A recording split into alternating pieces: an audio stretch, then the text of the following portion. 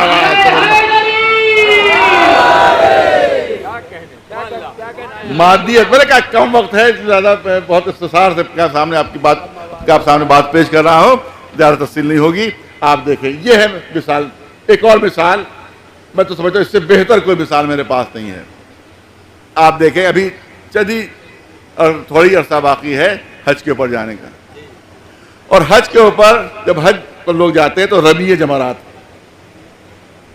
اب وہاں پر آج پہلی مرتبہ جب میں نے حج پر گیا تھا تو وہاں پر وہ نشانات لگے ہوئے تھے، اب وہ بدل دیے گئے ہیں. اب نام بدل دیا گیا ہے پہلے، کیونکہ پہلے جب میں گیا تھا پہلی مرتبہ گیا تھا 94 میں، تو وہاں رمیع جمرات جہاں پر پتھر مارے جاتے ہیں، جہاں پر کنکریاں ماری جاتی ہیں، تو وہاں 3 بورڈ لگے ہوئے تھے. پہلا شیطان، مجھولا شیطان، بڑا شیطان، یہ 3 بورڈ لگے ہوئے تھے. اب اس کو بدل دیا تھوڑا بدل گیا، جمرہ اولا، جمرہ ثانیہ اور جمرہ ثالثہ کر دیا ہے، ورنہ پہلے شیطان کا نام تھا وہاں پر. اور حقیقت بھی یہی ہے کہ وہاں شیطان ہی کو پتھر مارے جاتے ہیں. اور وہاں 3 پتھر، بہت توجہ اور مثال پیش کر رہا ہوں، 3 پتھر ہیں وہاں، 3 پتھر ہیں. جب حاجی پہنچتے تو ایسے جوش میں آ جاتے ہیں کہ جب کنکریاں ختم ہو جاتی ہیں تو جوتے چپلیں پھینکنے لگتے ہیں. میں نے خود منظر دیکھا ہے، 5 مرتبہ حاضری دے چکا ہوں وہاں. میں نے خود منظر دیکھا ہے کہ جب کنکریاں ختم ہو گئیں تو لوگ تھوکنے لگے، چپلیں جوتے پھینکنے لگے. تو وہاں کے پر پتھر ہیں، وہ 3 پتھر بنے ہوئے. لیکن جب خوب اچھی طرح کنکریاں پھینک چکے، جوتے چپلیں اچھال چکے، تو جب واپس آئے کعبے کے قریب تو ایک چوتھا پتھر ملا.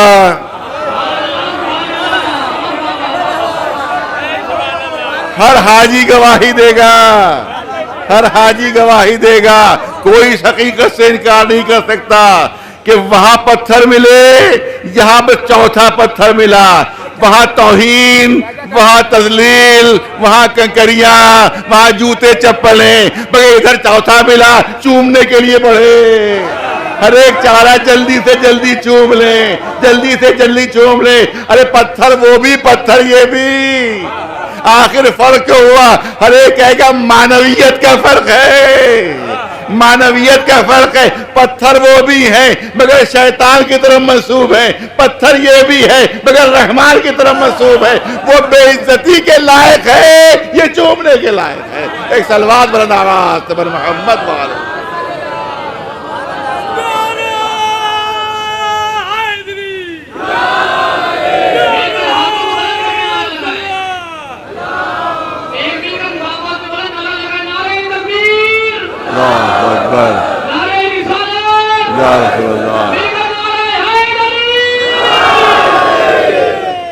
تو حقیقت یہ ہے کہ ہمیں مادیت نہیں دیکھنا ہے، ہمیں معنویت دیکھنا ہے.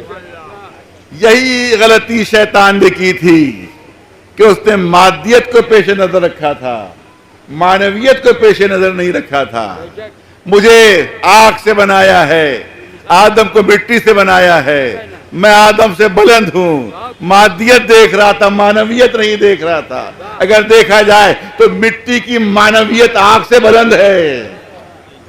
توجہ چاہتا ہوں، بس یہیں پر جواب ہو جاتا ہے جو کرنا چاہتا ہوں. اعتراض کیا جاتا ہے کہ آخر یہ تابوت لکڑی کا کیسا آپ چوم رہے ہو، یہ کاغذ کی زری کیوں چوم رہے ہو؟ کاغذ بھی کہیں چوما جاتا ہے، کہیں لکڑی بھی چومی جاتی ہے. یہ علم کیوں چوم رہے ہو؟ یہ تو کپڑا ہے، یہ تو فریرا ہے، یہ تو معمولی بانس ہے. تو جو لوگ یہ اعتراض کرتے ہیں یہ وہی غلطی ہے جو شیطان نے کی تھی. توجہ چاہ رہا ہوں، یہ وہی غلطی ہے جو شیطان نے کی تھی کہ میں آگ سے بناؤں اور یہ مٹی سے بنے ہوئے ہیں، یعنی مادیت کو معیار بنایا تھا، معنویت کو معیار نہیں بنایا تھا۔ یاد رکھو، ہم جو یہ ذریعے اٹھاتے ہیں، جو تابوت اٹھاتے ہیں، جو علم اٹھاتے ہیں، جو تبرکات اعضا ہیں، اس میں مادیت ہمارے پیش نظر نہیں ہے بلکہ ان کی معنویت ہمارے پیش نظر ہے۔ ہم باس کو بوسہ نہیں دیتے، ہم کپڑے کو بوسہ نہیں دیتے، ہم عباس کی وفاؤں کو بوسہ دیتے ہیں، ہم زینب کی تمناؤں کو بوسہ دیتے ہیں، میں حسین کی دعاؤں کو بوسہ دیتے ہیں، ہم اسلام کی فتح کے پرچم کو بوسہ دیتے ہیں۔ ایک صلوات بھیجے برناواز پر محمد وآلہ۔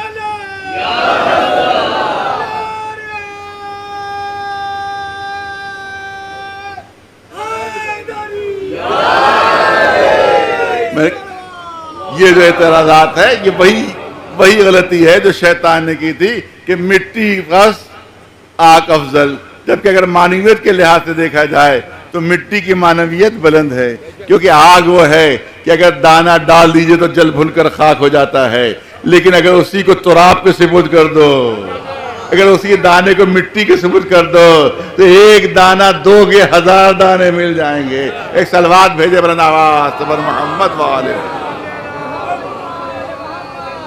بس 2-3 جملے اور اس سلسلے میں عرض کرنا ہے، زیادہ وقت میں نے پہلے عرض کیا کہ نہیں ہے اور زیادہ وقت میں لینا بھی نہیں چاہتا، کیونکہ باہر کے مسلسل مجلسیں اس کے بعد بھی ہیں اور پورا سلسلہ ہے مجلسوں کا۔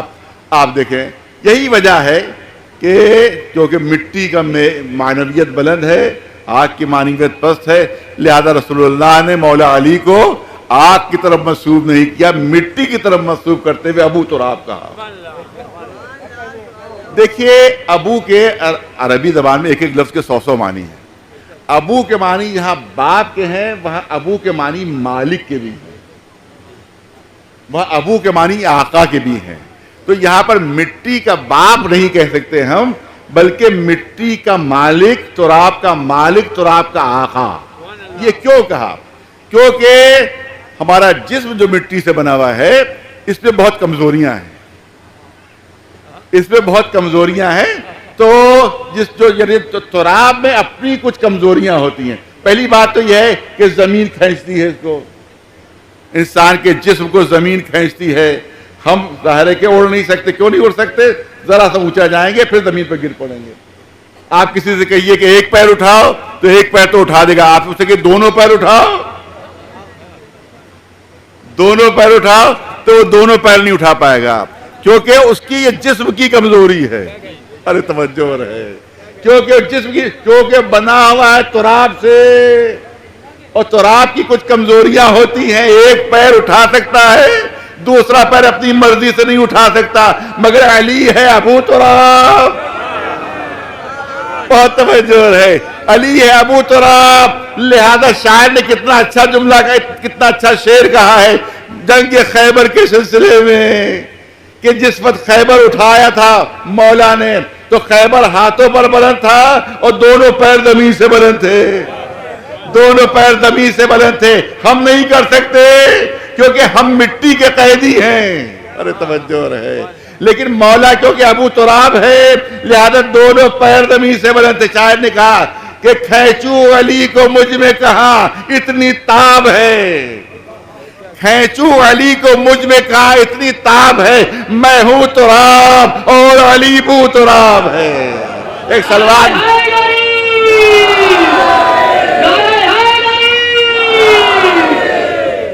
جس بس میں نے کہا کہ اختصار مد نظر، بس 5 منٹ آپ دیکھیں، ایک کیا مٹی کی جسم کی، ہمارا جسم کیونکہ مٹی سے بنا ہے، لہذا نیند پر قابو نہیں ہے، ہمیں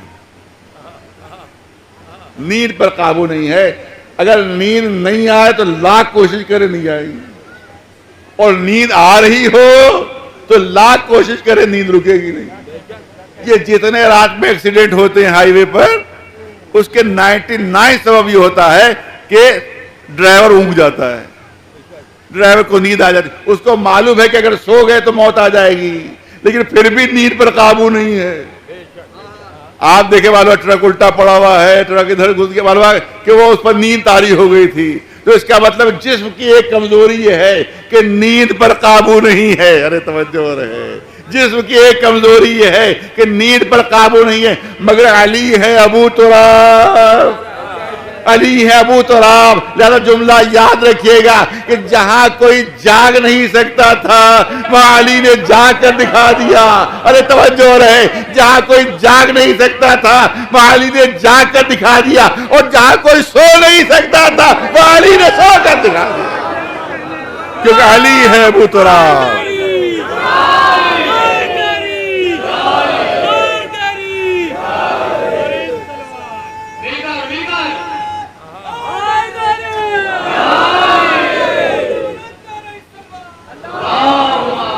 ایک اور کمزوری کیا ہے، میں جلدی جلدی پیش کر رہا ہوں تاکہ کم وقت میں بات مکمل ہو جائے۔ دوسری کمزوری جسم کی کیا ہے کہ فرض کیجئے کہ کسی نے کوئی لاٹھی یا کوئی ہتھیار لیا اور پوری طاقت سے مارا کسی پر، اور اس کے بعد کوئی اگر حکم دے دے کہ بھئی اپنا ہاتھ روک لو، تو اگر پوری طاقت سے کوئی وار کر چکا ہے تو پھر اپنا ہاتھ وہ روک نہیں پائے گا۔ وہ اپنا کوئی ہاتھ روک نہیں پائے گا۔ کبھی تجربہ کر کے آپ دیکھیے، مگر کسی انسان پر نہ کیجیے گا، کوئی درخت وغیرہ ہو یا زمین کے اوپر پوری طاقت سے لاٹھی ماریے، پھر کوشش یہ کیجیے کہ ہدف تک پہنچنے سے پہلے پہلے وہ رک جائے، تو نہیں ہو پائے گا۔ یہ جب آپ نے پوری طاقت سے اس کو چلا دیا تو وہ ہدف پر پہنچے گی، آپ پھر اس کو روک نہیں پائیں گے، روک نہیں پائیں گے۔ یہ ہے جسم کی کمزوری۔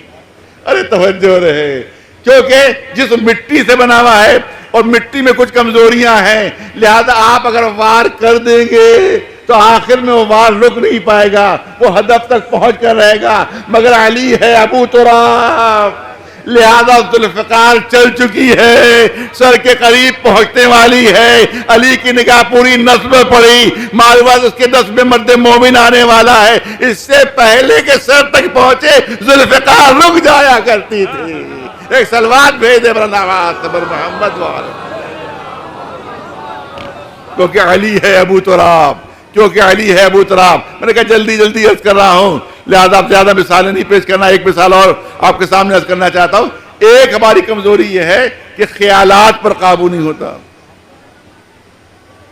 اسی لیے شکیات نماز ہے، شکیات نماز ہے، کیونکہ خیالات پر انسان کو قابو نہیں ہوتا، اور معلومات نماز پڑھ رہے ہیں اور معلومات دماغ کہیں اور چلا گیا، معلومات کہ بھول گئی چوتھی رکعت ہے کہ تیسری رکعت ہے کہ کون سی رکعت ہے، معلومات خیالات پر قابو نہیں ہے اپنے۔ ایک صاحب سن لیجیے واقعہ ہے، ایک صاحب ایک مولانا کے پیچھے نماز پڑھا کرتے تھے، اور اس کے بعد ایک مرتبہ ایسا ہوا کہ مولانا کو کہیں تھا جلدی جانا تھا، تو انہوں نے ہلکی تیز نماز پڑھا دی۔ تو یہ پہنچے مولانا کے پاس کہ آج تھوڑی جلدی آپ نے نماز پڑھا دی ہے۔ کہا کہ آپ کو کیسے احساس ہوا میں نے جلدی نماز پڑھائی؟ کہا میں پہلے 2 دکانوں کا حساب کر لیا کرتا تھا آپ جب نماز پڑھاتے تھے، اب کی دفعہ میں ایک ہی دکان کا حساب کر پایا۔ معلومات نماز یہاں پڑھ رہے ہیں، خیال دکان کی طرف ہے، خیال دکان کی طرف ہے۔ وہ واقعہ سن لیجیے، ایک مولانا ایک نئی آبادی میں پہنچے، نئی جگہ پہنچے، اس سے پہلے وہاں بہت سے مولانا آ چکے تھے، انہوں نے سوچا کوئی ایسی بات بیان کی جائے جو آج تک کسی مولانا نے بیان نہ کی، لہذا انہوں نے تمام دیہاتیوں کو جمع کیا، تمام دیہاتیوں کو جمع کیا اور ان سے کہا آپ سنو مسلمانوں، میں اعلان کر رہا ہوں، دیکھو جب بھی وضو کرنا تو وضو کرتے وقت سور کا تصور نہ کرنا، ورنہ تمہارا وضو ٹوٹ جائے گا۔ اب سارے دیہاتیوں نے سن لیا یہ، اور کہ مولانا نے یہ کہا ہے کہ وضو کرتے وقت اس نجس جانور کا تصور نہیں آنا چاہیے۔ اب معلوم ہوا صبح کی نماز کا وقت آیا، مسجد خالی، کوئی نمازی نہیں۔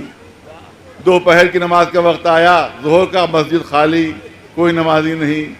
عصر کا وقت مسجد خالی، کوئی نمازی نہیں۔ مغرب میں بھی مسجد خالی، عشاء میں بھی خالی۔ اب پھر آواز دی کہ کہاں ہو تم لوگ مسلمانوں، نماز پڑھنا چھوڑ دی تم نے؟ ارے پورا دن گزر گیا تم لوگ نماز میں شریک نہیں ہو رہے ہو، کیا بات ہو گئی؟ کیا اسلام چھوڑ دیا؟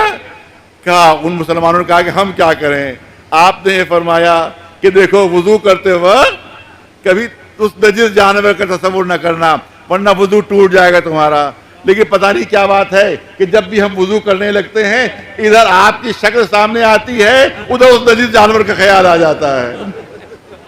تو ہم تو دن بھر وضو ہی کر رہے ہیں, وضو مکمل ہی نہیں ہو رہا تو نماز کیسے پڑھیں؟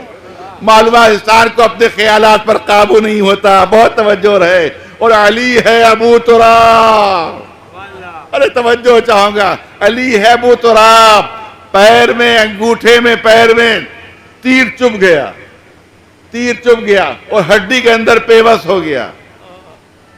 اب جب بھی اس کو نکالا جاتا تھا تو مولا علی کو تکلیف محسوس ہوتی تھی.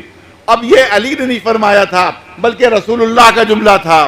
رسول اللہ نے فرمایا کہ دیکھو اگر تم کو یہ تیر نکالنا ہے تو جب علی نماز پڑھ رہے ہو تب یہ تیر نکال لینا. اور یہ بات مولا علی کے سامنے کہی گئی تھی. ارے توجہ چاہتا ہوں, مولا علی کے سامنے بات کہی تھی کہ جب علی نماز پڑھ رہے ہو تو یہ تیر نکال لینا. علی کو احساس بھی نہیں ہوگا کہ تیر نکل گیا.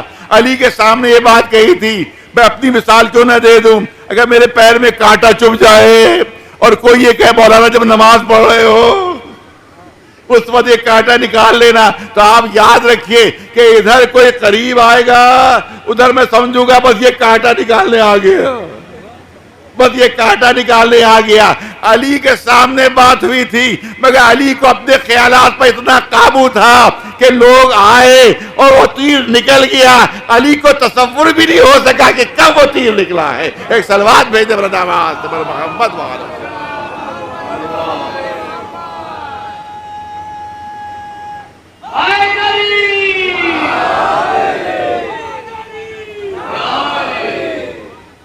تو یہ ہے چند جملے مولا کائنات علی ابن ابی طالب علیہ السلام کے سلسلے میں جو میں نے آپ کی خدمت میں عرض کیے. اور یہی علی وہ ہیں کہ سر کے اوپر ضربت ہے اور ایسی شدید ضربت کہ سر دو نیم ہو چکا ہے. اور ابن ملجم خود کہتا ہے کہ میں نے اپنی تلوار کو عرب کے تیز ترین زہر سے بجھایا تھا کہ اگر اس کے چند قطرے بھی اگر دریائے دجلہ میں ڈال دیے جائیں تو پوری دریا کی مچھلیاں جو ہیں وہ تڑپ کر مر جائیں. لیکن مولا 40 دن تک وہ کہتا ہے میں نے اپنی تلوار کو عرب کے تیز ترین زہر میں بجھایا تھا. اس کے بعد مولا علی اب نماز شروع کر رہے ہیں. یہ ملعون پیچھے کھڑا ہوا انتظار میں کہ علی سجدے سے سر اٹھائیں تو تلوار گرے. نہیں میرے پاس لفظیں نہیں جو آپ کے سامنے پیش کر سکوں. تاریخ بتاتی ہے کہ علی کا سر سجدے سے اٹھ رہا تھا اور ابن ملجم کی تلوار اوپر سے گر رہی تھی. اب کتنا گہرا زخم آیا ہوگا اور کتنی بھرپور تلوار لگی ہوگی.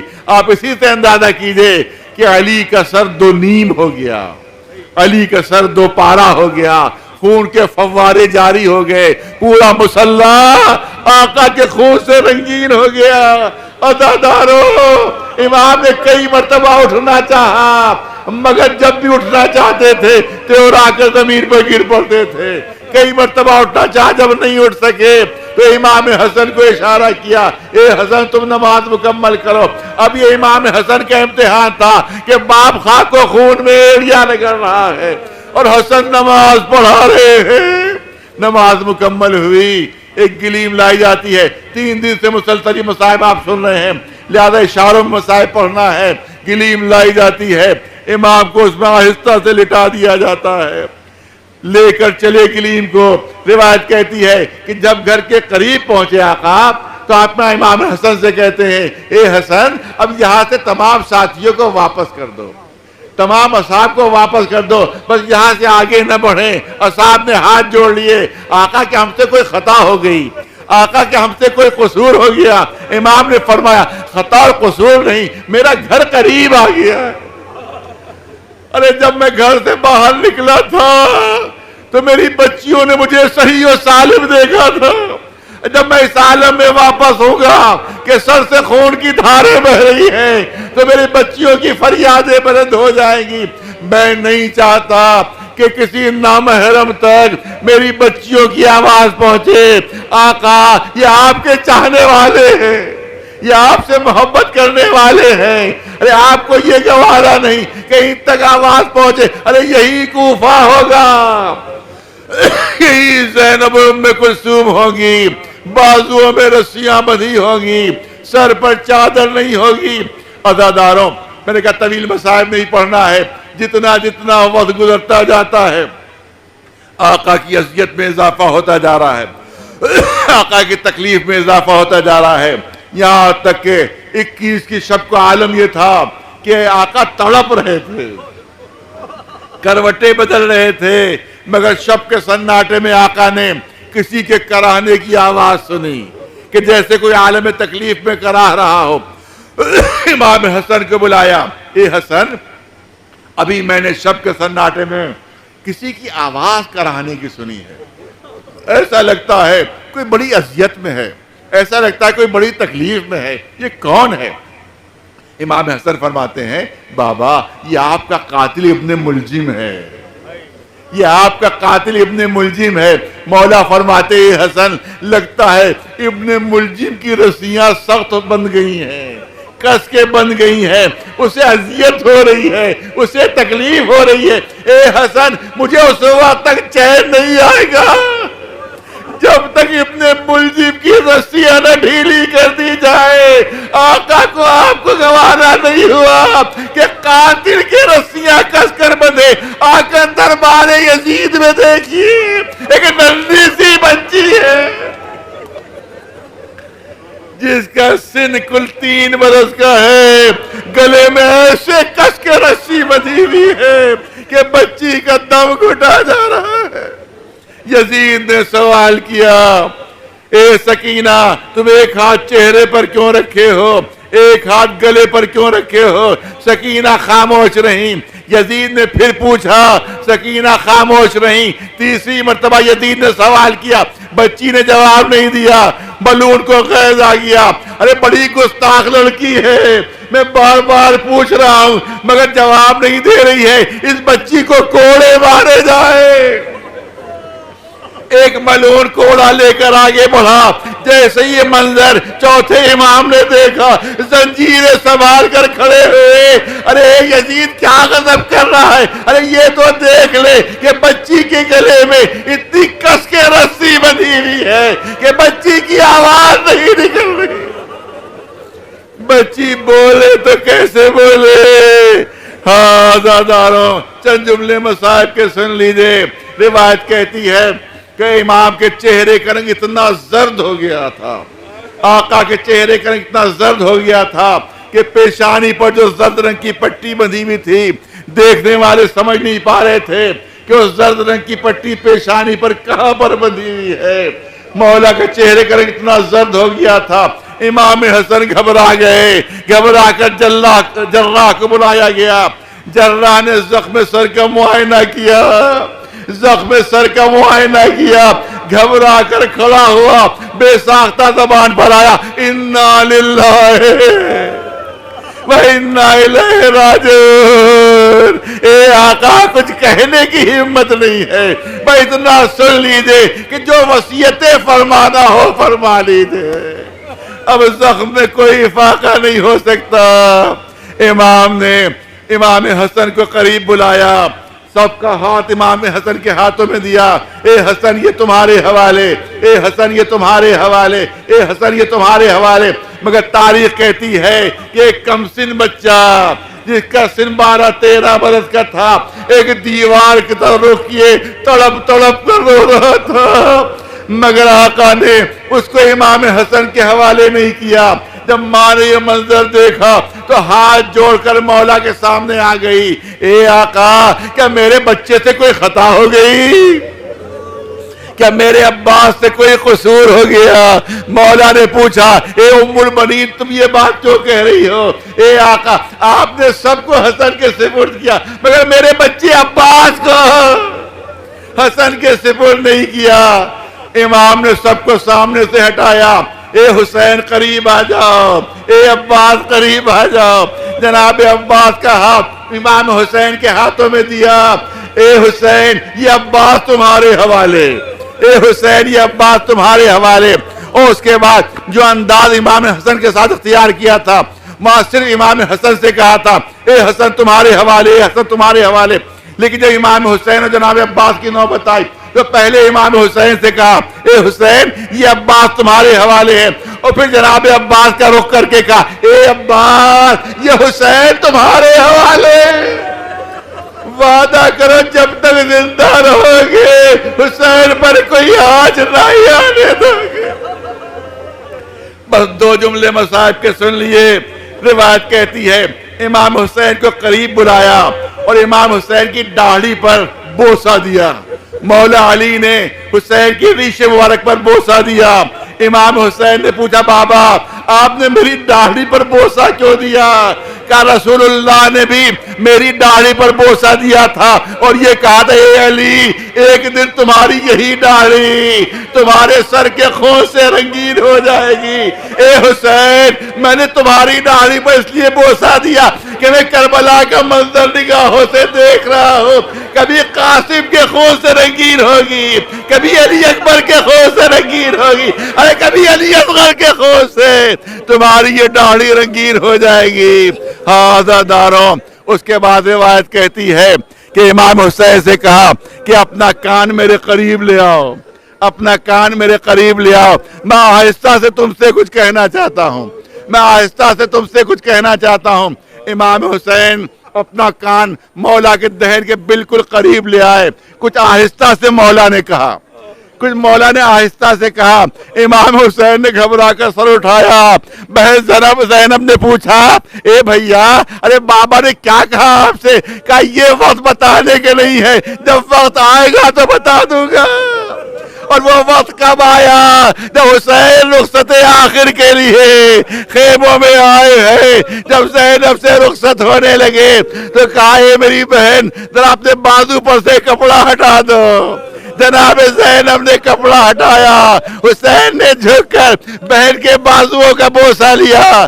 کہا بھیا آپ یہ کیا کر رہے ہیں؟ کہا بھائی کی حیثیت سے میں بوسہ نہیں لے رہا ہوں, بلکہ بابا نے آخری بار جو وصیت کی تھی وہ یہی وصیت کی تھی اے حسین میں کربلا میں نہ ہوگا, میری طرف سے زینب کے بازوؤں کا بوسہ لے لینا. بس عزاداروں میں مجلس ختم کرنا چاہتا ہوں. عزاداروں تڑپ تڑپ کر آقا دنیا سے رخصت ہوئے. روایت کہتی ہے جب رخصت کا وقت قریب آتا ہے, جب دنیا سے جانے کا وقت قریب آتا ہے تو ایک آقا نے سلام کرنا شروع کیا. اے اللہ کے رسول آپ پر میرا سلام ہو, اے حمزہ آپ پر میرا سلام ہو, اے خدیجہ آپ پر میرا سلام ہو, اے فاطمہ میرا سلام تم پر ہو. زینب نے پوچھا یہ آپ کو سلام کر رہے ہیں؟ کہ یہ سب لوگ مجھے لینے آئے. اے زینب ام کلثوم اب قیامت سے پہلے ملاقات نہ ہوگی, یہ سب مجھے لینے آئے ہیں. حسین علی مولا علی انتہائی مظلومی کے عالم دنیا سے رخصت ہوئے. عزاداروں روایت یہ کہتی ہے کہ جس وقت یہ تڑپ رہے تھے مولا, بس آخری جملے کرنا چاہتا ہوں, جب مولا تڑپ رہے تھے تو بیویوں نے پہلوؤں میں تکیے لگا دیے تھے, تکیے لگا دیے تھے کہ تڑپنے میں کسی پہلو میں کوئی اذیت نہ ہو. جبکہ پسلیاں زخمی نہیں تھی آقا کی, صرف سر زخمی تھا.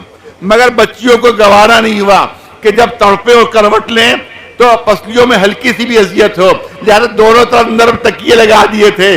آقا میں آخری جملے کرنا چاہتا ہوں, آقا ذرا کربلا میں آ کر دیکھیے آپ کا بیٹا حسین. تاریخ کہتی ہے کہ زخموں سے چور چور حسین زین فرض پر ڈگمگا رہے تھے. کبھی دائیں طرف جھک جاتے تھے, کبھی بائیں طرف جھک جاتے تھے. پھر سارے ساتھ کو یقین ہو گیا کہ بس حسین گرنے والے ہیں, اب گھوڑے پر اسے سنبھلا نہیں جا رہا ہے. تو جانتے کیا ظلم ہوا, جانتے کیا ظلم ہوا؟ ارے حکم دیا کہ کچھ نیزے بردار ایک پہلو میں چلے جائیں, کچھ نیزے بردار دوسرے پہلو میں چلے جائیں. جب نقاہت کے عالم میں، جب کمزوری کے عالم میں آقا کسی پہلو پر جھکنے لگتے تھے تو یہ ملعون نو کے نیزہ سے پسلیوں میں اذیت کرتے تھے۔ آقا تڑپ کر پھر دوسرے پہلو پر جھکنے لگتے تھے، وہاں بھی ملعون نیزے لیے ہوئے پسلیوں میں نیزے چبھوتے تھے۔ عزاداروں مجلس ختم ہو رہی ہے۔ ہاں حسین زخمی حالت میں کربلا کی زمین پر آئے، مگر شاید میں نے غلط کہہ دیا کیونکہ امام زمانہ نے فریاد کی ہے، میرا سلام اور میرے جد حسین پر کہ جب وہ زخمی ہو کر گرے ہیں تو نہ گھوڑے کی زین پر تھے نہ زمین پر تھے، نہ گھوڑے کی زین پر تھے نہ زمین پر تھے۔ آقا آپ یہ بات کیا کہہ رہے ہیں، یہ فریاد کیوں کر رہے؟ ارے جب گرے آقا زخمی ہو کر تو زمین تک پہنچے، لیکن امام زمانہ کی فریاد ہے میرا جد نہ گھوڑے کی زین پر تھا نہ زمین پر تھا۔ جب روایت دیکھی تو پتا چلا کہ تیروں پر جسم معلق ہو گیا تھا، آقا حسین کا جسم زمین تک پہنچا نہیں تھا بلکہ تیروں پر معلق ہو گیا تھا۔ ایک روایت میں وہ پڑھتا ہوں جو بار بار آپ میری زبان سے سنتے ہیں کہ امام نے نماز پڑھنا چاہی اور جب سجدے میں سر نہیں پہنچا تو اپنے جسم پر خود زور دیا، جب سارے تیر جسم کے پار ہو گئے تب سجدے میں سر پہنچا تھا۔ لیکن ایک اور روایت بھی ہے جو مجھے پڑھنے کی ہمت نہیں ہوتی ہے، میں اگر چاہتا ہوں کہ صرف اشاروں میں یہاں پیش کر دوں۔ دوسری روایت یہ ہے کہ حسین کا جسم تیروں پر معلق تھا، ارے شبر خنجر لے کر آگے بڑھا، ملعون نے دیکھا کہ حسین کا جسم تیروں پر معلق ہے، اس کے نجس قدم اٹھے، حسین کی پاک پوش تھی، شبر کے نجس قدم تھے، آہستہ آہستہ حسین کا جسم تیروں پر دبنے لگا، اتنا دبا کہ زمین تک پہنچ گیا۔ تب شبر کا خنجر چلا ہے، تب کسی منادی نے آواز دی، اللہ قتل الحسین بکربلا، اللہ ذبح الحسین بکربلا، سیعلم الذین ظلموا ای منقلب ینقلبون، اللہ لعنت اللہ علی القوم الظالمین۔ کفن دستگیر کا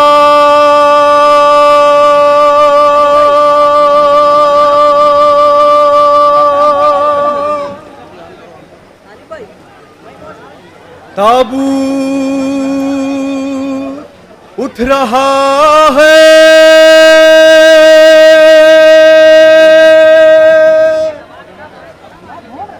جناب امیر کا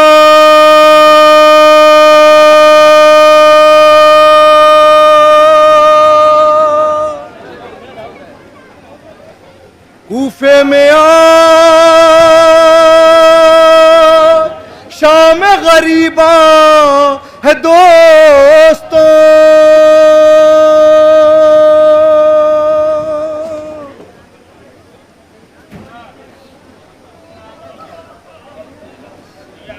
ایک شور ہے ماتم کا بپا،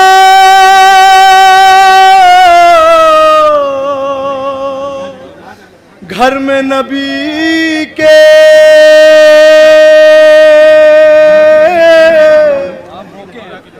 بیٹے لیے جاتے ہیں جنازے کو علی کے،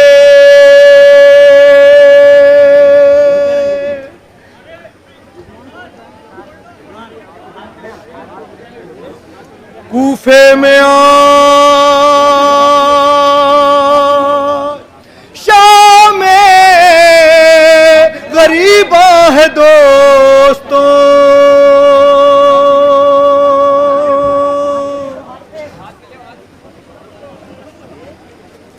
لیے ہے دوش پہ تابوت حیدر کرار،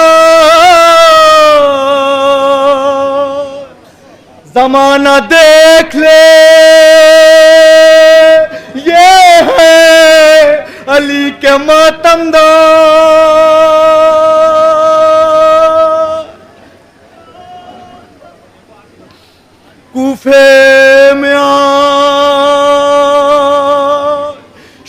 شام غریباں ہے دوستوں.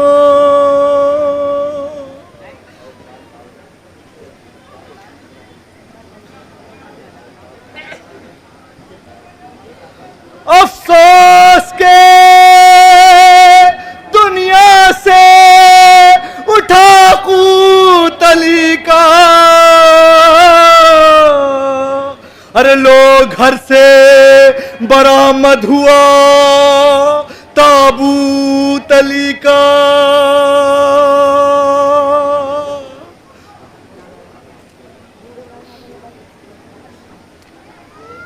گھر سے پسے جنازے سلطان بہروبر. ساری زنان ہاشمیہ نکلی ننگے سر. زینب پکارتی تھی کہ بابا چلے کدھر. ارے بیٹی نثار آپ پہ اے فاقہ کش پدر. ارے آتا ہے روز عید خوشی لوگ ہوئیں گے. ہم گھر میں اپنے بیٹھ کے بابا کو روئیں گے.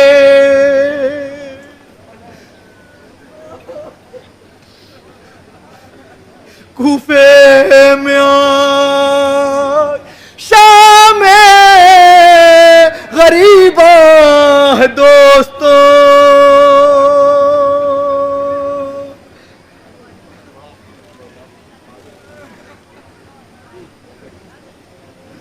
وہ تیغے کی لگی ہے کہ حالت تغیر ہے. ارے کیوں کر علاج ہو میرا مولا فقیر ہے.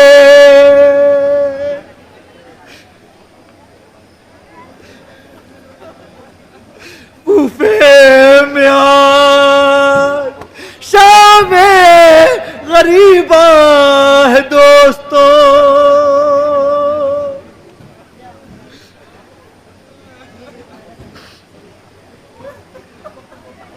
دنیا کے شاہدین کے سردار ہے علی. ارے پراش تو دوا کے بھی محتاج ہے علی.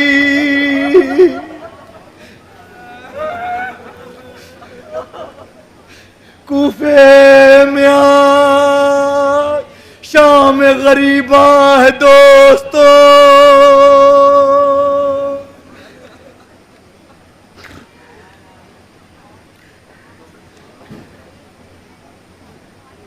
لکھا ہے جب تو نیم ہوا فرق مرتضی.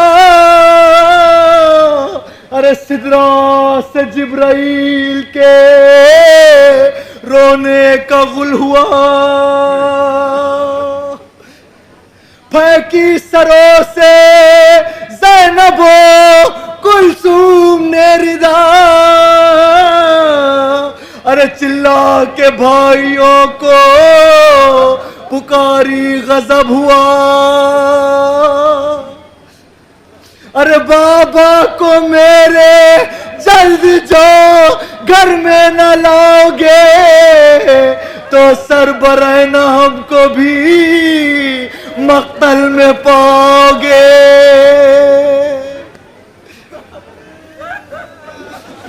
مولا جواب دیتے بولا علی ہوا سبھی سے بجا نہیں. ارے زینب سے کہہ دو کوفہ ہے یہ کربلا نہیں. ارے شیعہ ہے گرد نرغے اہل جفا نہیں. ارے زینب سے کہہ دو کوفہ ہے یہ کربلا نہیں.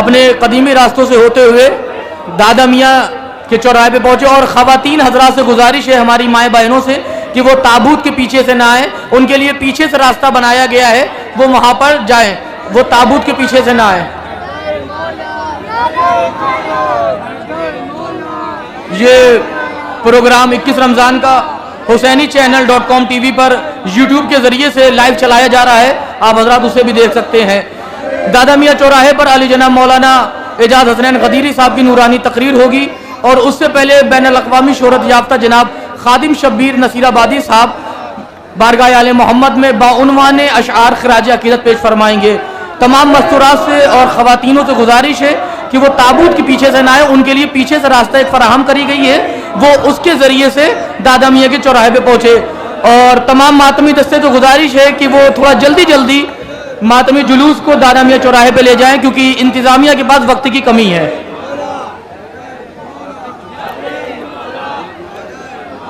لیے ہے دوش پہ تابوت حیدر کرار، زمانہ دیکھ لے یہ ہے علی کے ماتمدار،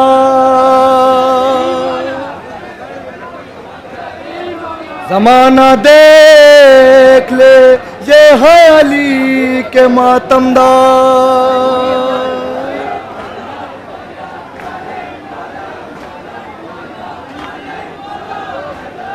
جنازہ ہے امام المتقی کا،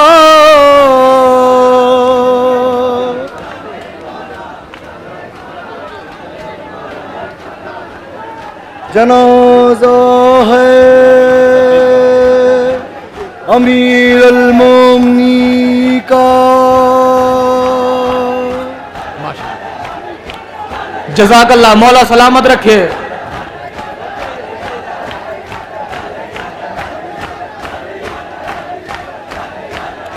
مولا سلامت رکھے، جزاک اللہ، جزاک اللہ۔